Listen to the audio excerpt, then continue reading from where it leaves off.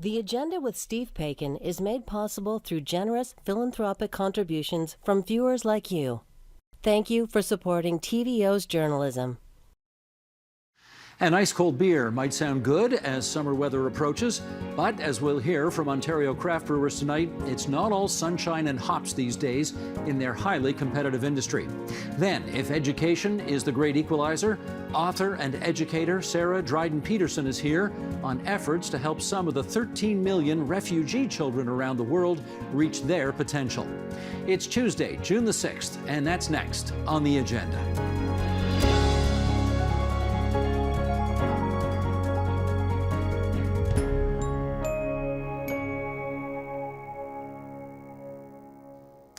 More than a decade ago, a revolution of sorts occurred in Ontario, specifically in the beer world. Craft breweries of all sizes and specialties sprung up in virtually every part of this province, and success has built many small empires.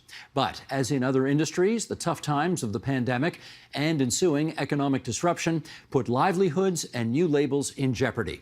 Here for more, let's welcome in Sault Ste. Marie, Ontario, Graham Atkinson, co-founder of Outspoken Brewing, a small craft brewery in the Soo. In Van Cleek Hill, Ontario, just east of Ottawa, Steve Bushane, co-founder of Bose Brewery. Once one of the largest craft brewers in Ontario, it's recently been sold to Steam Whistle Brewing. He's also founder of the League of Independent Brewers. And here in our studio, Mandy Murphy, co-founder of Left Field Brewery, a mid-sized craft brewery in Toronto. And Jordan St. John is back here, head of the beer program at George Brown College and editor of The Growler, Ontario's craft beer guide. And I just learned, first of all, welcome to you two here, and to our friends in Points Beyond, thank you for being on our program as well. I just learned today what a growler is. A growler is that big tub that you put the beer in, right? That's exactly right. 1.89 liters of beer, Steve. So that's big. Well, it's about 4 pints. There you go. Let us talk to our director, Sheldon Osmond here. Shelley, if you would, could you please bring up this graphic that will set the table for the discussion to come? Here's craft brewing in the province of Ontario. Measured proportionally, we're going to look at the decade from 2010 to 19. The craft brewing industry was the fastest growing segment of Ontario's manufacturing sector. There are currently 342 craft breweries in this province. There were fewer than 40 before the year 2010. They provide more than 4,000 jobs. More than three-quarters are outside the Greater Toronto Area, and COVID saw more than 400 workers laid off. Craft breweries account for about 11% of Ontario's beer volume, but they say they provide 80% of all brewing jobs in the province. They feed $685 million into the province's gross domestic product each year. 90% of Ontarians have a craft brewery in their community. All right, that's a little background. Let's get started here. Jordan, we'll go to you first here. What's morale in the industry like right now? Well, morale is a little bit difficult, Steve. During the pandemic, there was a lot of turnover within the industry, especially in lower tier roles, sort of front of house, tap rooms, that kind of situation. Because people were laid off, some of them have moved on to other industries. And for some of the people who are in lower positions within breweries across the province, what you end up with is a situation where the remuneration for the job is probably not adequate. Now, in some cases, breweries pay a living wage, but that's not standard. On the Niagara College Facebook group, for example, where breweries post jobs, they sometimes neglect to post the hourly rate for them. Which is what? Well, variable highly, but it's about the same you might make as an office intern, $18 an hour with 18 months worth of brewing school experience. Okay, Steve, let's check out with you. How's business? Well, I'm not always as in the know as I used to be, but the merger with Steam Whistle has gone very well, and it's put a lot of life back into Bose sales. We were really struggling before the merger, and this has allowed us to kind of get back up and running and actually back into growth mode. Mandy, how about you? How's business? Business is good. Demand is stronger than ever at our brewery. We came through some of the challenges of COVID, just like everybody else, not only the brewing industry, but other small businesses. But business is positive. We're about to open a second location later this year. And the morale of your troops? Fantastic. Okay, one of these things is not like the other. So what's going on? I mean, I don't disagree with what my peers have said. The craft brewing industry is a challenging place to be right now, especially coming out of COVID. That, as I said, it's not unique to our industry. All small businesses face challenges like supply chain problems, increasing input costs, pressures on consumer spending. As small brewers, we have the unique disadvantage of really lacking efficiencies of scale to handle some of those challenges. But what is unique to brewing is the closures of bars and restaurants wiped out half of our business overnight. We had to close our tap rooms, and that accounted, especially in smaller breweries, for a large portion of our business. We moved all of our product to cans, and those are taxed more highly than draft products. So there are certainly challenges coming out of COVID, but craft breweries continue to expand and grow. Craft beer overall is growing at a time when beer is declining. Let's go up to Sault Ste. Marie. Graham, be outspoken. How's things up there? I mean, to echo what Mandy said and the other folks on this call, we were definitely on a growth trajectory prior to COVID and had the rug pulled out from under us. So lately, I mean, we were one of the lucky ones to have made it through that 2 to 3 year period. And we definitely see opportunity ahead for us, but there's some apprehension about the direction we want to take things and really the way the market's unfolding and our access to distribution. Let me again get Sheldon to put this graphic up here because we got an email from the former owner of a Toronto craft brewery called the People's Pint. They closed their doors this year. And Sheldon, let's go. I'm going to read this for those listening on podcast. Generally speaking, he writes, it's a tough business, and if I had to do it all over again, I wouldn't. Anyone thinking of starting a brewery now should give their head a shake and seriously reconsider that folly. I'm aware of several other breweries who are in financial trouble or are trying to sell. It's not a great way to make money right now. My advice to anyone is to stick to enjoying beer as a beverage and a hobby, but stay away from opening a new brewery. This business killed my passion for it, and that was no easy feat. That's Doug Appledorn, former owner of the brewery The People's Pint, which closed its doors earlier this year. Jordan, this is a business, we're told, where a lot of people take their life savings and put just 110% of their passion into creating something that they're very excited about. And here's Doug saying, don't do it. Your reaction? Well, there was a period there where the amount of hype surrounding craft brewing was such that you end up in a situation where people think they can have a little adventure. A lot of the people who get into craft brewing, especially from a home brewing background, they end up being people who maybe had a job that they didn't care for in marketing or some other, field. And they really enjoy the idea of making something. And if you do it right, you can put together a small business and you can have a nice life for yourself, but it's never going to make you a fortune. The old adage is that if you want to make $1 million in craft beer, you start with 2. I think that was Ken Woods from Black Oak, whose brewery was recently purchased by Silversmith. So start with $2 million if you want to if you want to have $1 million left over. Would be the common wisdom. Would be the way to go. Graham, you, I think you got into some financial difficulty a little while back and would you have to shut down for a month or so?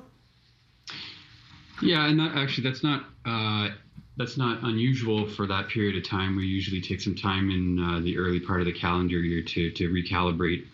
But there was a period shortly after kind of the effects of COVID where we were on the razor's edge and we had to put a call out to the community for support.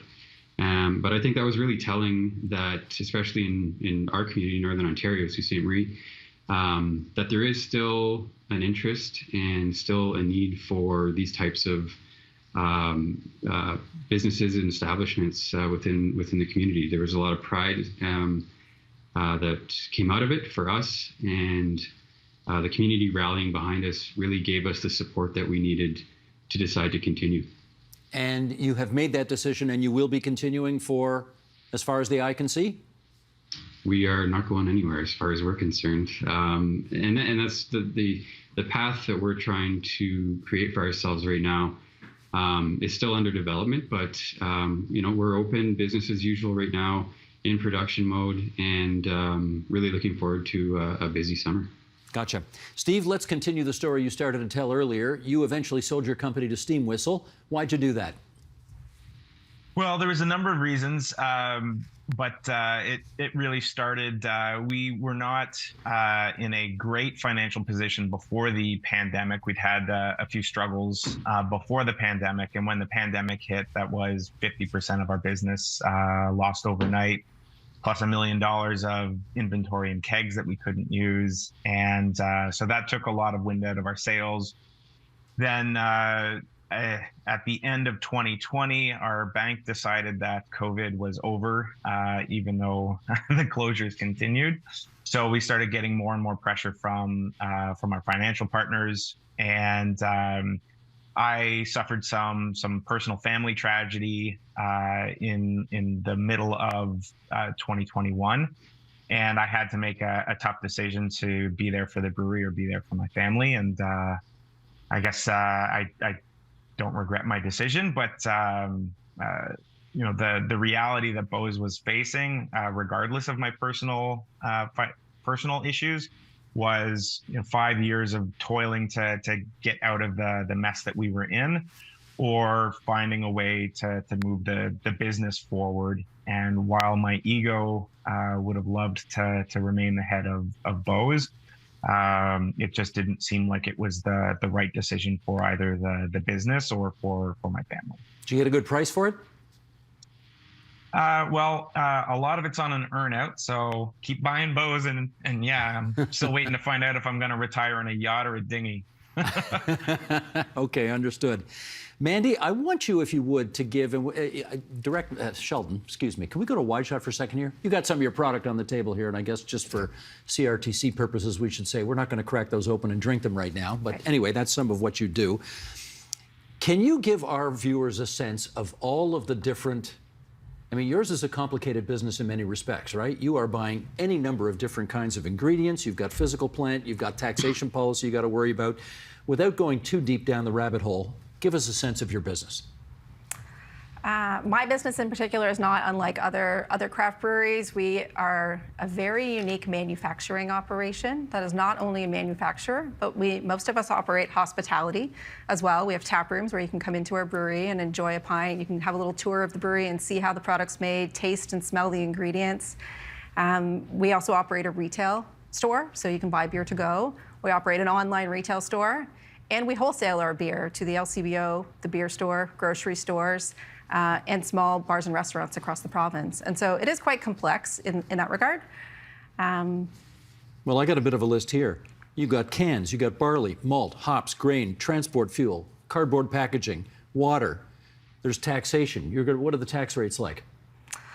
The tax rates are really, without sounding like a complainer, that they are unjustly burdensome for small brewers.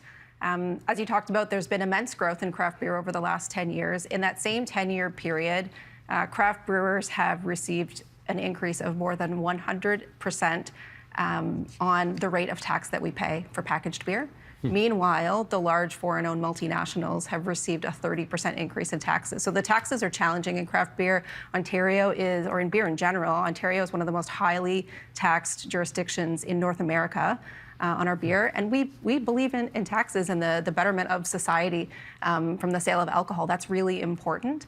But if you look and compare our taxes to other jurisdictions, even in Canada, the rates are quite high, and they've been increasing at a rate that's just not sustainable for small brewers. Jordan, I will confess here that in preparation for doing this discussion, I went down to the foot of Jarvis Street a couple of weeks ago, and I went to Great Lakes Brewing and talked to Troy Birch just to get some background information on all of this. And you know, they've got quite an operation there where they're not just selling beer, but it's the same kind of situation I guess you've got, where they've got, I don't know what you call it. Is it a restaurant? You call it a restaurant? A tap room. Tap room, okay. Yep. You got a tap room, you come on in, you can even, I don't know if they do that, but you bring your own food at your place too? Yep. You can bring your own food if you want as well. Is that the future? I mean, is that the way to make money with this thing, is you've got to not only just sell your wares, but you've got to give customers a place where they can come in and gather and, you know, try all the different stuff? Well, it's become an incredibly complex business in the sense that if you can't get your product into the LCBO on a massive scale, I mean, Great Lakes does a great job of that. But in order to make it more engaging for the people who are purchasing the beer, it probably makes sense to have a tap room where they can have a nice experience. They can sit comfortably with their friends. Beer is largely about people. So what you want to do is make sure that people are enjoying each other's company. Beer by itself in a vacuum doesn't matter. But if you were to put... Did you just say that out loud? Absolutely. Beer in a... Beer in itself doesn't matter? And this is an expert talking. I know. This is why I'm asking. Ridiculous, right? But, I mean, if we were to sit down and have a nice beer, that'd be fantastic. And, you know, have a nice meal, that's even better. That's what Great Lakes is trying to do. And that's what breweries across the province are facing. They've got the ability to make beer, but engaging with the community around you is really important. Getting people to visit your footprint at the bottom of Jarvis Street there is kind of difficult as the condos continue to grow up, you know, around them. Well, on the other hand, he's got a market that's going to, he doesn't have to go to the market's coming to him. There'll be thousands of new people living there in the next 5 years. That's exactly right. But for the 2 or 3 years they held that lease before they opened, that was a little bit more difficult. Gotcha. Mandy, let me ask you this. I think there are 4,000 different craft brewing brands out there. 3 of them are on the table right now, but there's 4,000 altogether. Is your market oversaturated? Definitely not. So Ontario is still very much underdeveloped when it comes to craft beer relative to other markets in the US and Canada. Our craft beer share in Ontario is about 1/3 of that of BC and only half of that of Alberta. And I think a lot of that comes down to the challenge that we have accessing the craft beer consumer. As you said, there's 4,000 brands. We at Left Field release between 20 and 30 new beers every year. Only a small fraction of those ever make it to LCBO shelves. Fewer make it to the beer store shelves.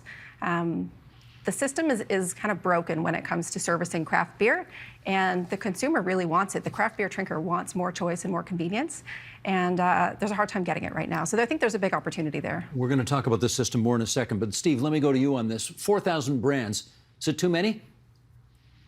No, it's not too many, but what I think happened was too many came in all at the same time. There wasn't a nice kind of straight line growth. It was exponential for an intense 3 to 5 year period, and the marketplace wasn't able to adapt to the amount of new entrants in a reasonable way. So what that's done is it's left a lot of brewers fighting for shelf space.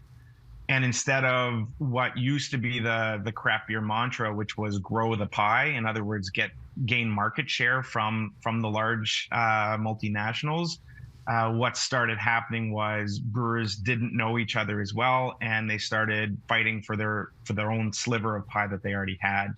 So I think there's still lots of room for more craft beer in Ontario, but the way that we exploded so quickly was problematic, and the market wasn't able to adjust to it fast enough. Jordan, what's your view on that?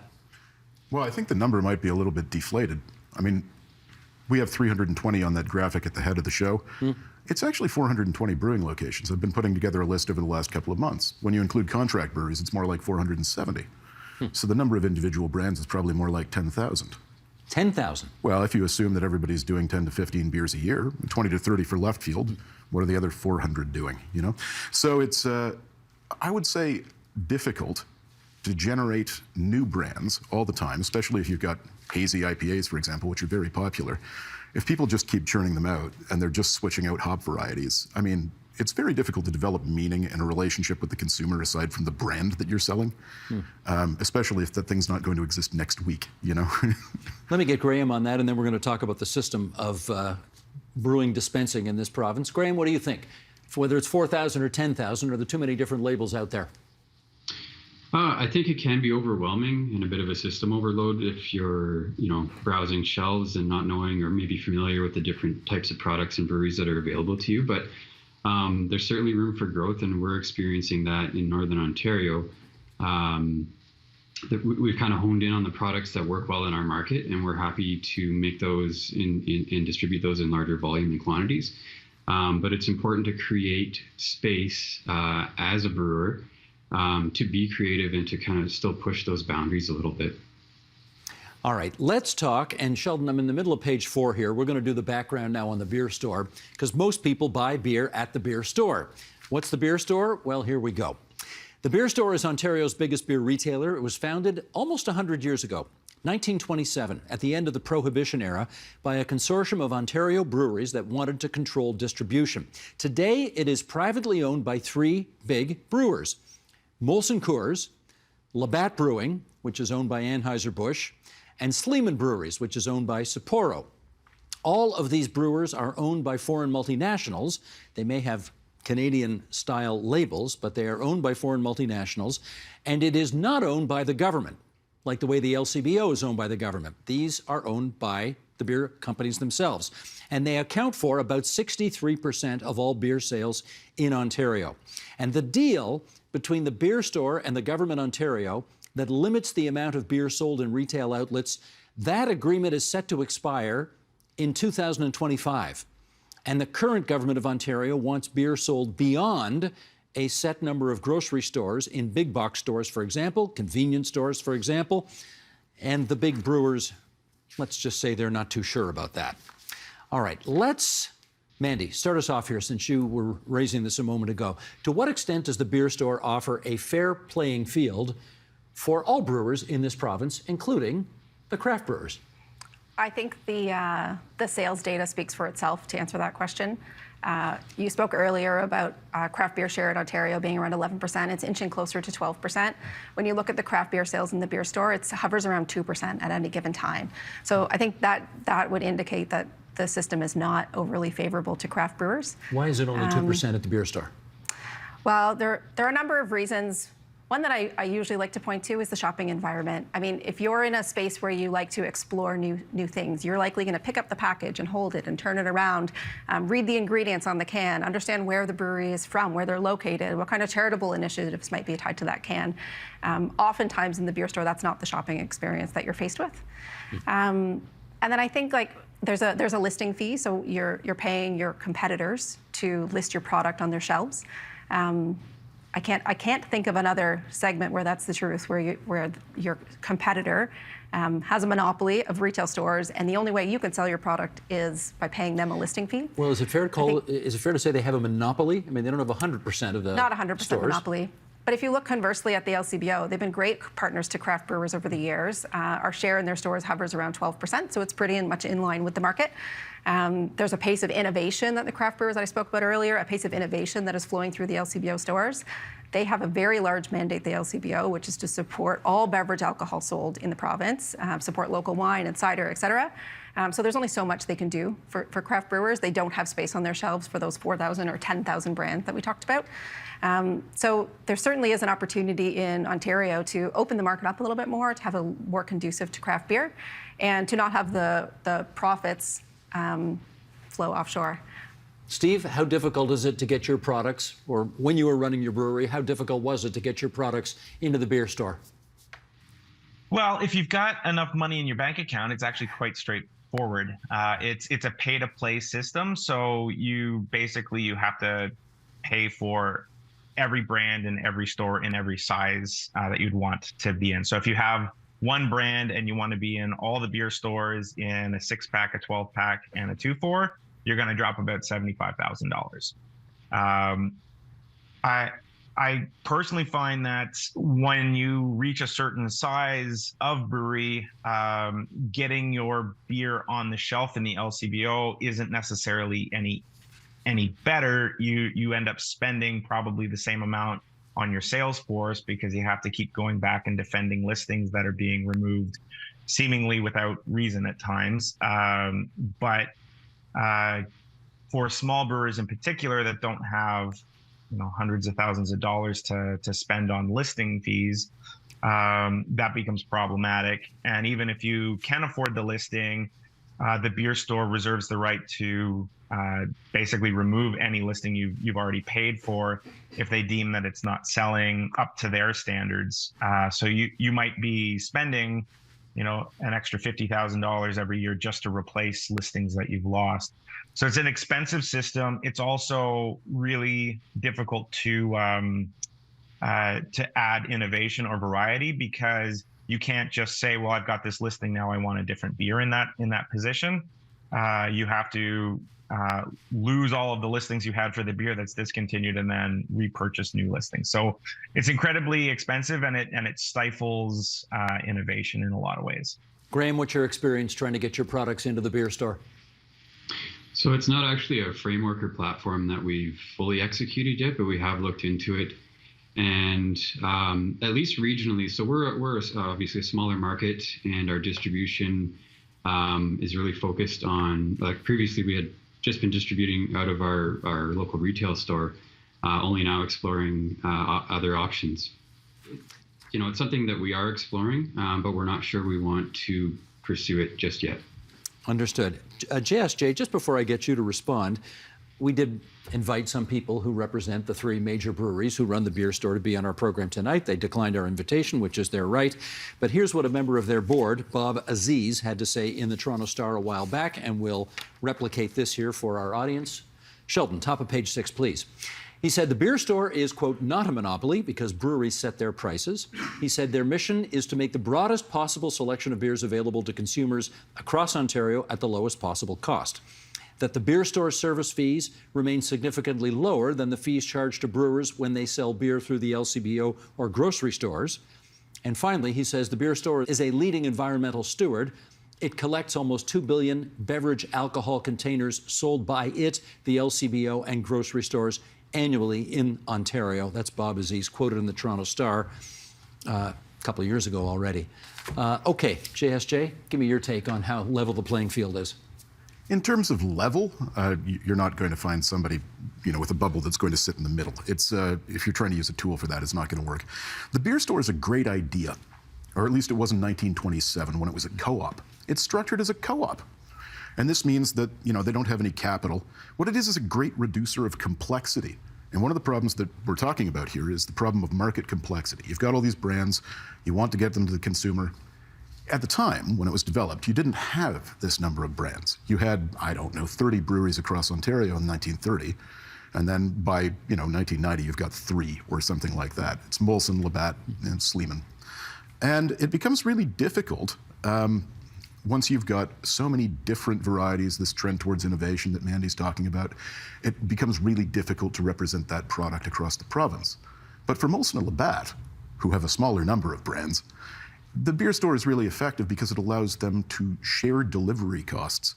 They're not really operating, and the monopoly question is kind of out the window at this point. They're operating together in order to deliver beer across the province. That's what the beer store is.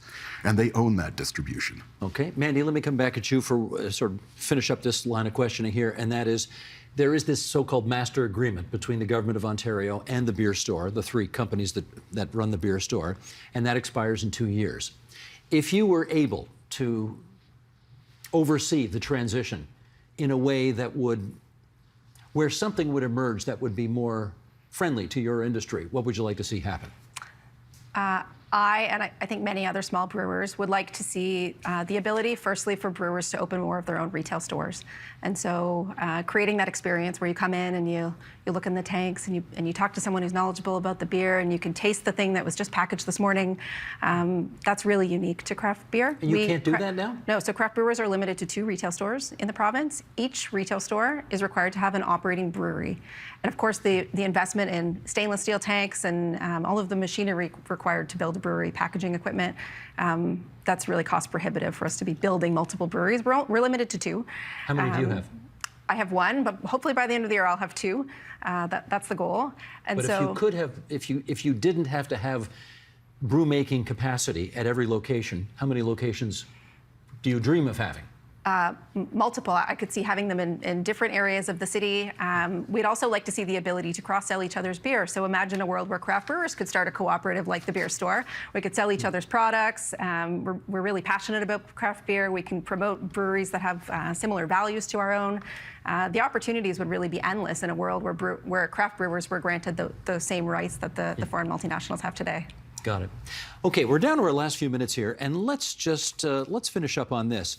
I guess it was about 10, 20 years ago, Jordan, the craft brewing industry was all the rage across the province, right? And there were tons of people getting into it, and it looked like there was lots of money being made, and it was certainly the shiny new thing on the shelf. Does that, okay, that was then. What's the level of hype around it today, in your view?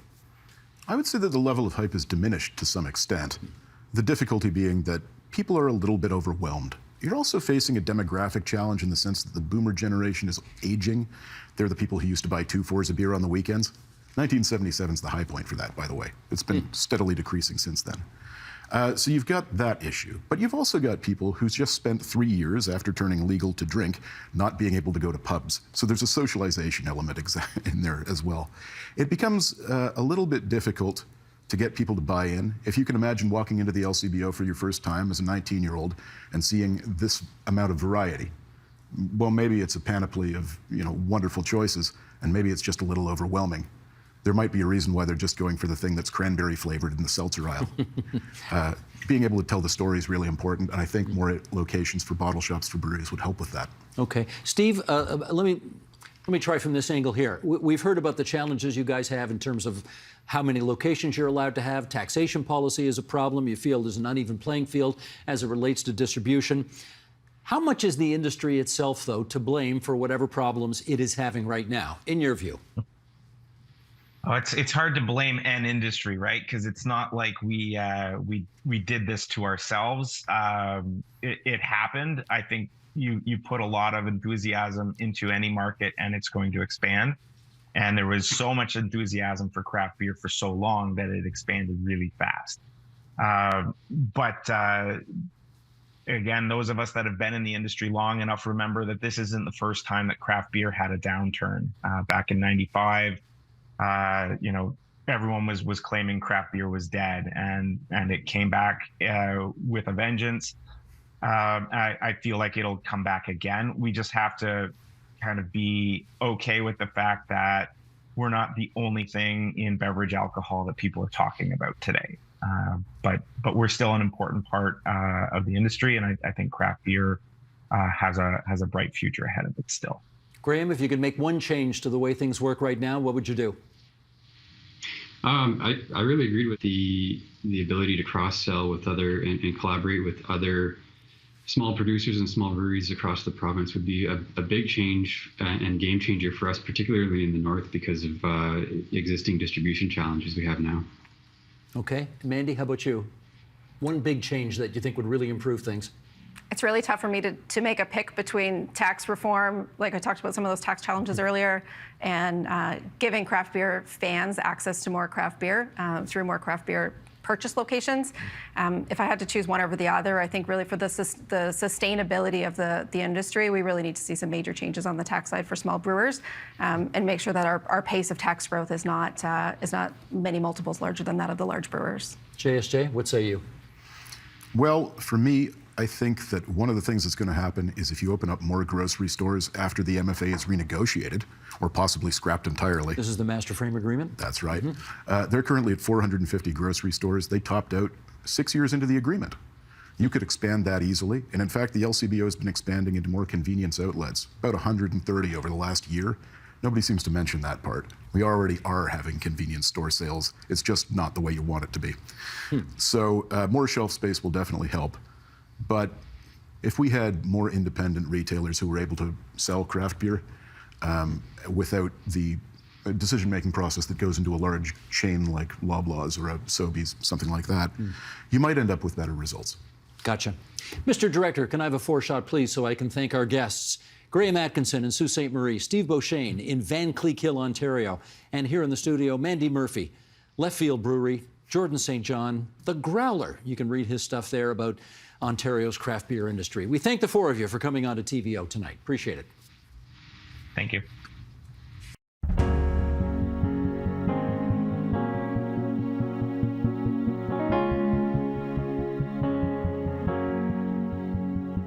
There are more than 26 million people in the world today who are living as refugees, and half of them are children.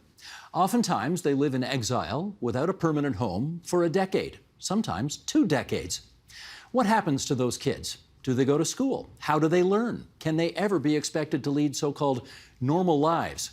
These are questions which preoccupy Sarah Dryden-Peterson. She is a professor at the Harvard Graduate School of Education and the founder and director of Refugee Reach, which promotes research, education, and action for refugees. And she explains in her book, Right Where We Belong, how refugee teachers and students are changing the future of education, how it's all going to work. Sarah, it's great to welcome you here to TVO. Thank you. Nice to Glad have you to be here. I want to start by reading an excerpt from your book, Right Where We Belong. Sheldon, if you would, bring this up and I'll read along for those listening on podcast. Millions of refugee children globally risk spending their entire childhoods as if in suspended animation, as if their futures are on hold. They are less likely to go to school. They are less likely to finish school. They are less likely to learn. And they are less likely to feel like they can contribute to their communities. What would it take to ensure that all refugee young people have access to learning that enables them to feel a sense of belonging and prepares them to help build more peaceful and equitable futures? I have spent the last 15 years focused on this question. Okay, my first question is about you. Why has this question fascinated and vexed you so much? That is a good question. You know, I was thinking about this, and I think, I mean, like many of us, aspects of our autobiography really shape the kinds of questions that we ask. And I think there were two real elements of growing up here in Toronto that really shaped me in wanting and continuing to ask this question. One was that when I was growing up, we had a huge map of the world on the wall of our kitchen. And it was really the focal point of our kitchen and our family life. As we would learn about something that was going on in the world, we would find it on the map. And my parents would talk to my brother and I about various places and ask us questions to try to prompt us to see ourselves in relation to the rest of the world. And the second piece, I think, growing up in Toronto in the 80s and 90s was really about trying to understand migration. That so much of Toronto was being shaped by migration at that time. And I became, as a young person and a teenager, really preoccupied with this question of what it would mean for a new community to be created in a place where people were coming from all over the world, from so many places that we saw on the map in our kitchen, to build a new community in one place that was our home, Toronto. So it's a very personal story for you in some respects. It is, yeah. Cool. There has been an international convention for 7 decades that defines what a refugee is. And let's bring this up as well if we can. This is also from your book. Those who are outside their countries of nationality owing to well-founded fear of being persecuted for reasons of race, religion, nationality, membership of a particular social group, or political opinion.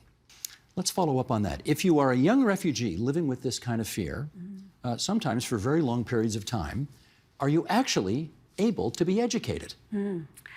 Right, and this is actually, I think, the real question also at the core of this book, is to try to think about what it means for someone who has been forced to flee their home due to persecution.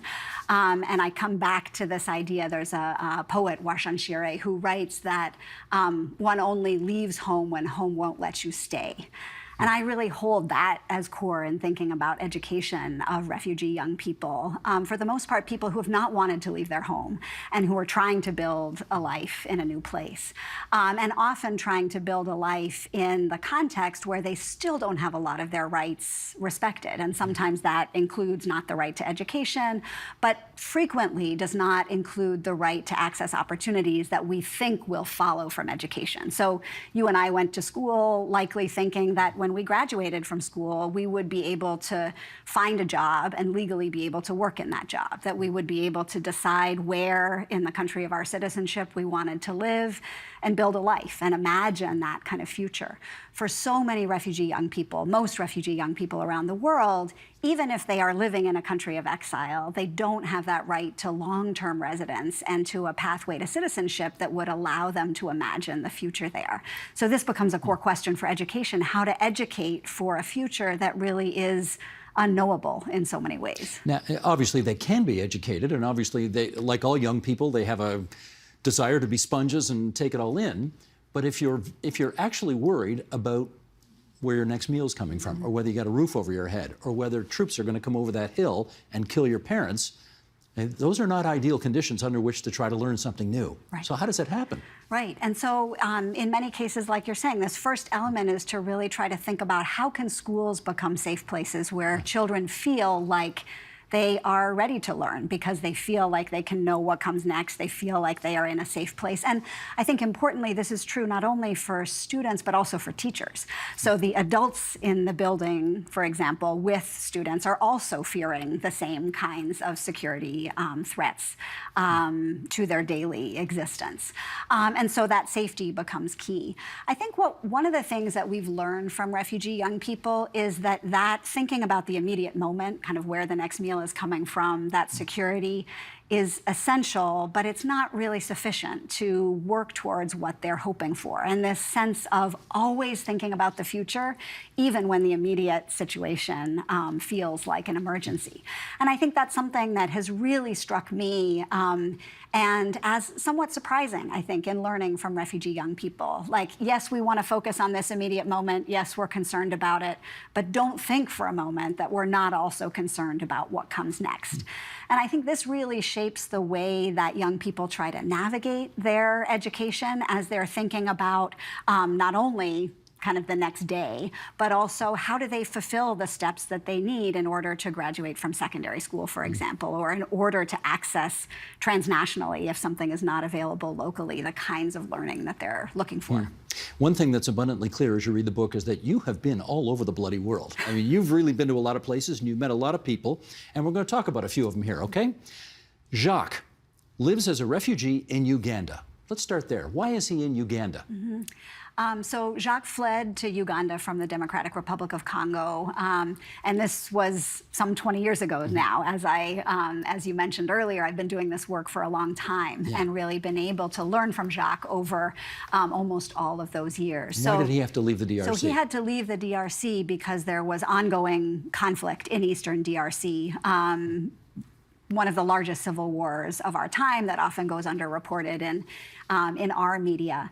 And he was a human rights activist. And so he was persecuted, to come back to this definition of a refugee, for the work that he was doing on behalf of his ethnic and linguistic group. So he had to flee to Uganda, where he hoped to find the safety and security that was no longer possible in the home. And interestingly enough, he doesn't live, or I guess like 60% of refugees, as I learned in your book, he doesn't live in a camp, he lives in a city. Is that a better way for refugees to live?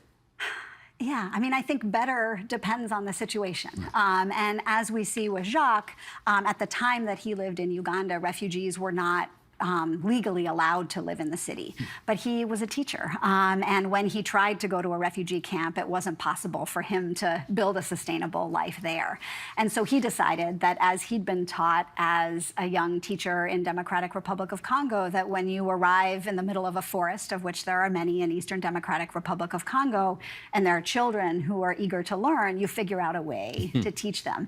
And I think this idea of a teacher really having this vocation to teach children wherever they are, stuck with Jacques. And so he created a school in Kampala, in the city, for the many refugees who were living there, even though that was counter to policy at that time. It's in a church.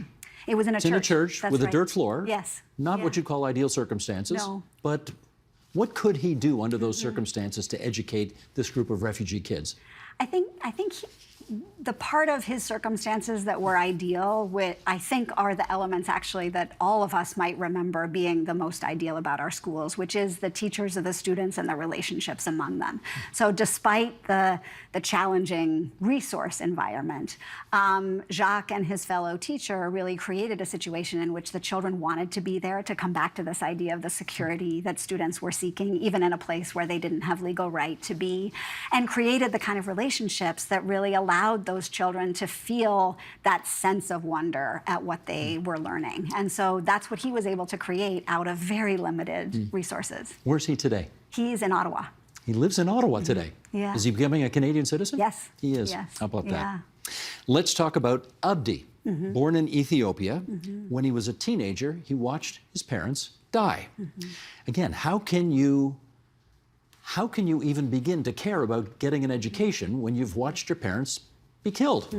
Yeah.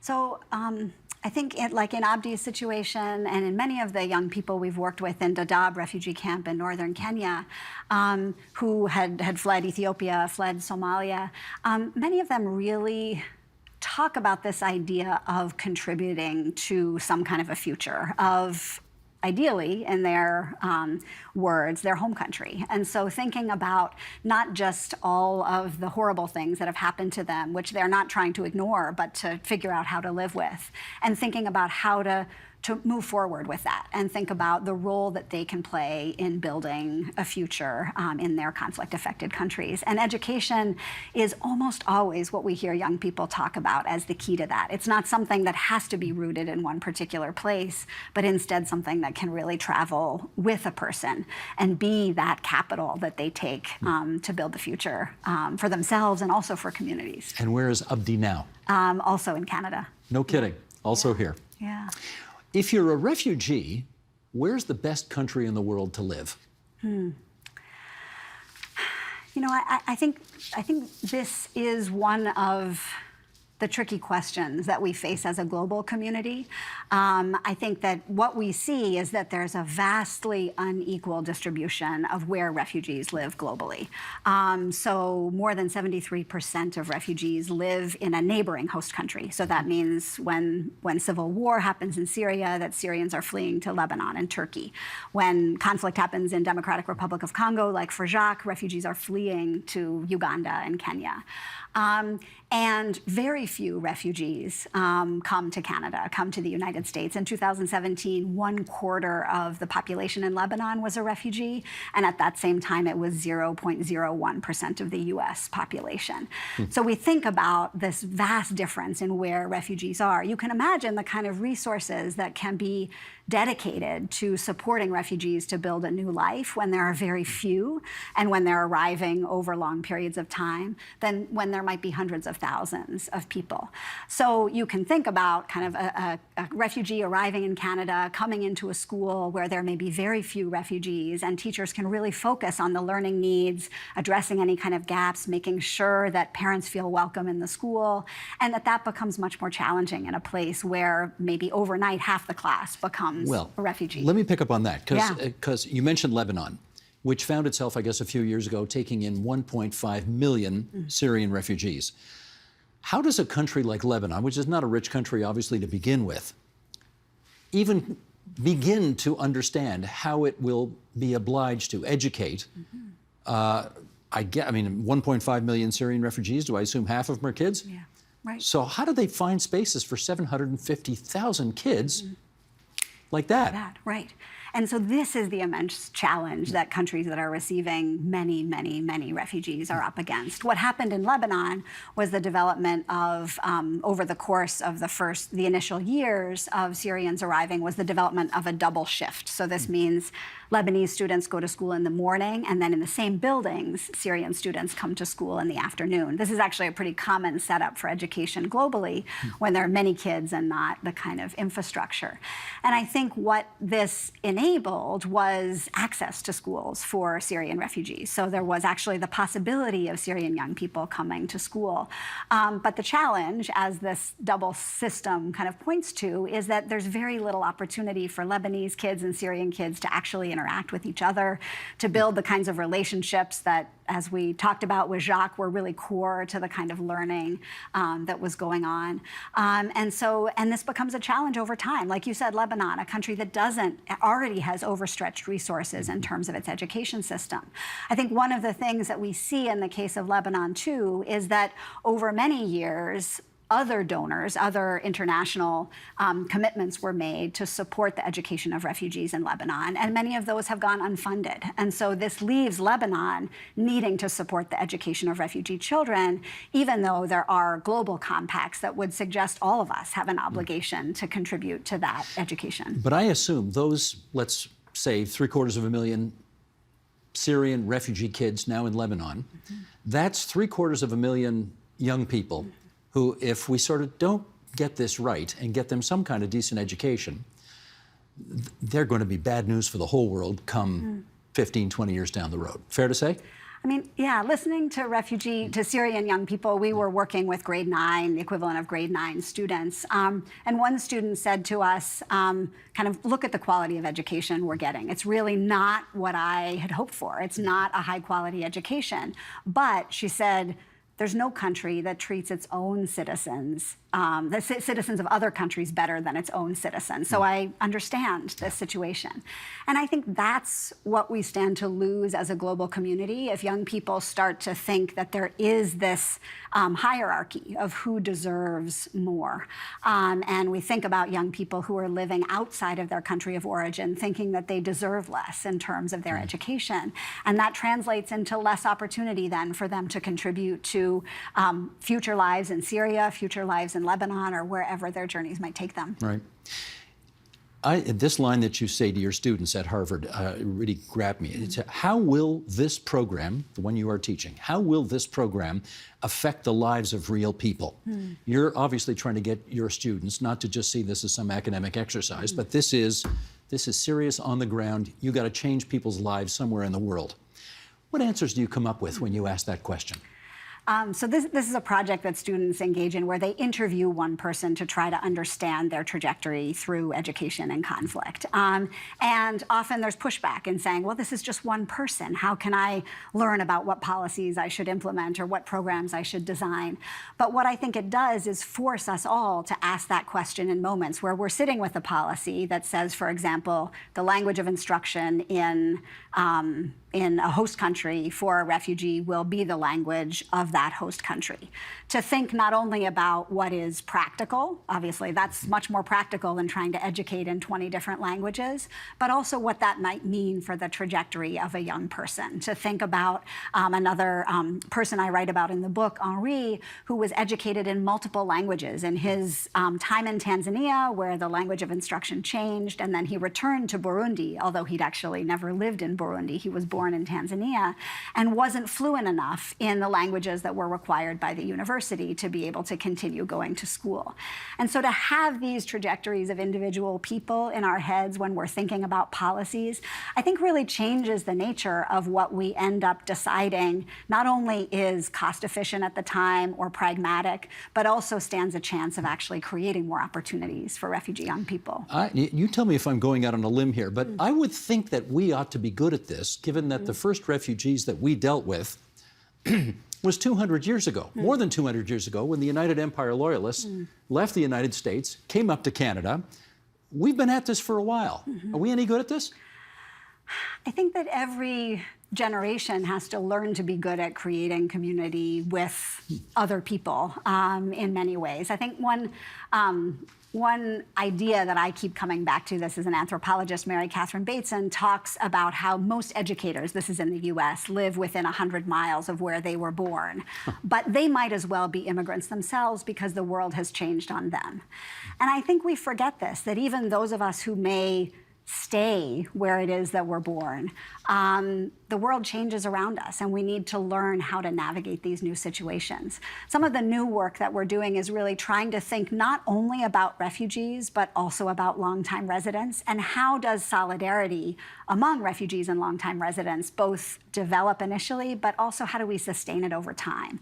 And this is what I think we've been less good at in many ways, is thinking about how do we consider both the needs of those who have never moved as well as those who have moved, and bring people together to create new types of learning in schools, for example. Well, let's conclude then around the original question that we asked at the beginning of our conversation, which was, what would it take to ensure that all refugee young people have access to learning that enables them to feel a sense of belonging? Yeah. Okay, what would it take? I think one of the things I do in the book is try to really think about these concentric circles of our spheres of action. And I think that one of the biggest questions and challenges is to think about the root causes that are driving people to need to flee their homes in the first place. So what is it about home that won't let people stay? And how do we think about the kinds of politics and economics that would support more people to stay in the places they love that are home? Related to that, I think are migration policies that really end up keeping people out. And the way this relates to education is that, so for a Syrian refugee in Lebanon, for example, doesn't know how long they will be able to stay in Lebanon, because that residence is contingent on the government there saying, okay, we'll extend this ability for Syrians to stay here for a given amount of time. Which someday they might not. Which someday they might not.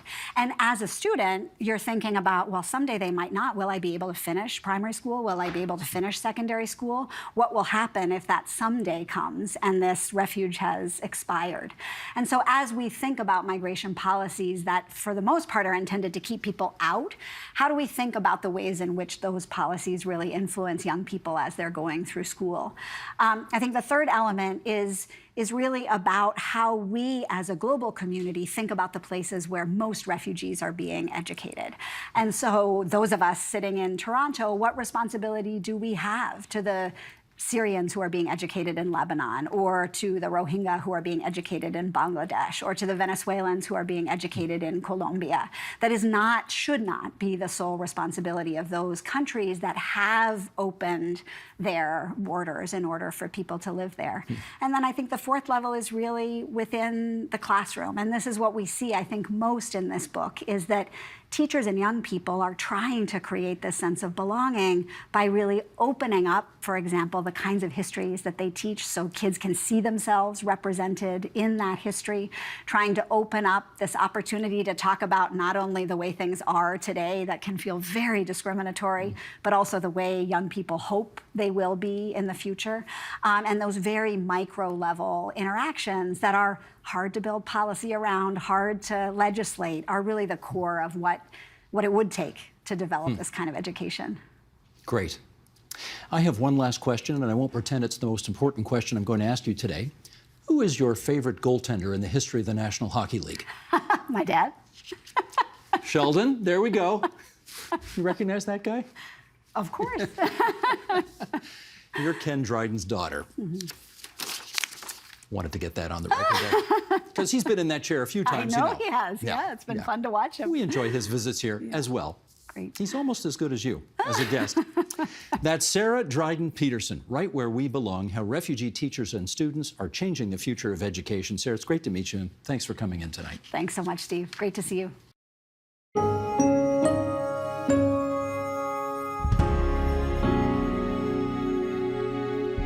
And that is the agenda for Tuesday, June 6th, 2023, the 79th anniversary of D-Day, when Allied forces stormed the beaches of Normandy in France. Tomorrow, whether you're a baby boomer or a millennial, or anything else for that matter, psychologist and author Jean Twenge joins us on why understanding generations helps us understand our world. Hope you'll be with us for that. I'm Steve Paikin. Thanks for watching TVO, for joining us online at tvo.org, and we'll see you again tomorrow. The Agenda with Steve Paikin is made possible through generous philanthropic contributions from viewers like you. Thank you for supporting TVO's journalism. The Agenda is always on. To catch up on conversations from this week or any week, visit our website, tvo.org/theagenda, or our YouTube page at youtube.com/theagenda. It's all there for whenever you want to watch.